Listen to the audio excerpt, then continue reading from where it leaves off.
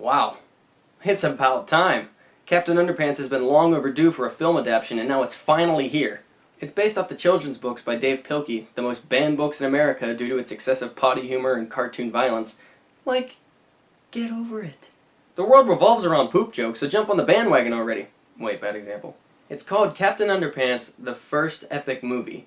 The subtitle being a reference to the books, although it's not necessarily based off the first book alone. It's kind of a combination of the first four. And the outcome is perfection.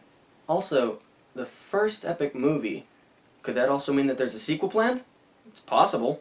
Or they could just be taking the Mel Brooks approach where they tease one but never actually have any intentions of going through with it. History of the World Part 1. But I'm getting ahead of myself now. Let's talk about this one. The movie centers around two fourth-grade pranksters, George and Harold of Jerome Horwitz Elementary School, who enjoy writing their own silly comic books, their favorite being the amazing Captain Underpants. Wait a minute. Jerome Horwitz? As in the birth name of Curly Howard of the Three Stooges? Yeah! Mind blown!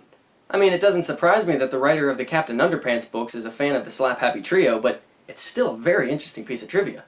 During a science fair, the two tamper with an invention called the Turbo Toilet 2000, created by their class know-it-all and frequent snitch, Melvin Sneedley, who has no sense of humor whatsoever. The evidence is secretly recorded as proof, and George and Harold are quickly at the mercy of their principal, mean old Mr. Krupp, who hates anything fun and is revealed to have set up the video evidence idea in the first place to catch them in the act. He threatens to place the boys in separate classes to destroy their friendship. To prevent this, George hypnotizes him with a 3D hypno ring found in a cereal box. For amusement, they have him think he's Captain Underpants, but as they're laughing hysterically, he proudly jumps out the window to fight crime.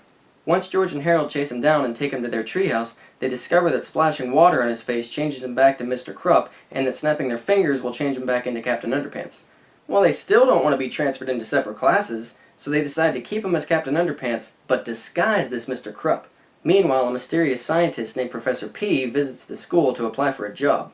Captain Underpants hires him without hesitation, but George and Harold are skeptical of his intentions. It's revealed that Professor P has an evil plot to rid the world of laughter forever because of people having made fun of his name for years. Are you saying your full name is Pee-Pee Diarrheastein Poopy Pants Esquire? Uh-huh. Hilarious. He recruits the help of Melvin and a giant version of the Turbo Toilet 2000 fueled by leftover cafeteria food, nice, to carry out his evil plan. Upon finding out that Melvin's brain is incapable of laughter, Professor Poopy Pants uses it to drain the children of their sense of humor. Captain Underpants tries to step in, but since he doesn't have any actual superpowers, he's easily defeated and tossed into the Turbo Toilet 2000. But after consuming the mutated cafeteria leftovers, he emerges with real powers and with the help of George and Harold, defeats Professor Poopy Pants. Professor Poopy Pants, that's funny. Then George and Harold decide to destroy the hypno ring, thinking it would permanently change him back into Mr. Krupp, since they can't control Captain Underpants. They discover a certain romance between Mr. Krupp and the school cafeteria lady Edith, and set them up on a date, hoping that he would be nicer if he had a friend. It works, and he has a change of heart towards the two by returning all of their comic books he had previously confiscated, and presumably dropping their class transfer paperwork. While Mr. Krupp and Edith are dining at a restaurant, the toxic waste from the Turbo Toilet 2000 turns all the toilets into a giant army. Mr. Krupp frantically snaps his fingers for the check and is immediately transformed back into Captain Underpants, who flies off to defeat them with George and Harold hanging on the back of his cape.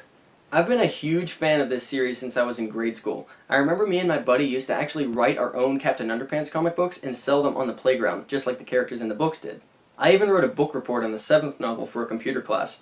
Apparently I didn't understand the whole 1 through 5 star rating thing, so when asked how many stars I'd give it, I said 100. Still sounds about right. So this movie is like a personal reflection of my childhood to me. I still have all the books, and one of my earliest memories of laughing uncontrollably at them was from book number 3, when George asks Captain Underpants, "Where were you back in chapter 15 when we needed you?" To which Captain Underpants responds, "I was at the shoe store ordering a cheeseburger." It may just be the first time I was introduced to comedy that was funny by not making any sense. No punchlines, no visual gags, just nonsense. Ed Helms plays an amazing Captain Underpants. Pun intended. But it's Nick Kroll's performance as Professor Poopy Pants that steals the show with his voice work and non-stop sarcasm. Can I please get an ice cream sandwich? Just scram, okay? We're closed for Ebola. Weird Al Yankovic performed the theme song and was even mentioned in 2 of the books. So, anything with Weird Al, instant win.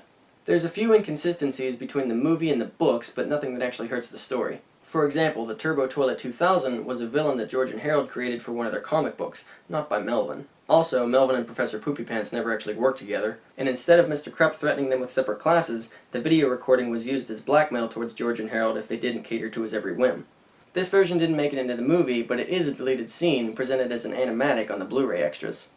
In short, this movie is brilliant. It flawlessly captures the humor of the original novels for a laugh-a-minute good time. So if you haven't seen the movie, do yourself a favor and give it a watch. Tra-la-la!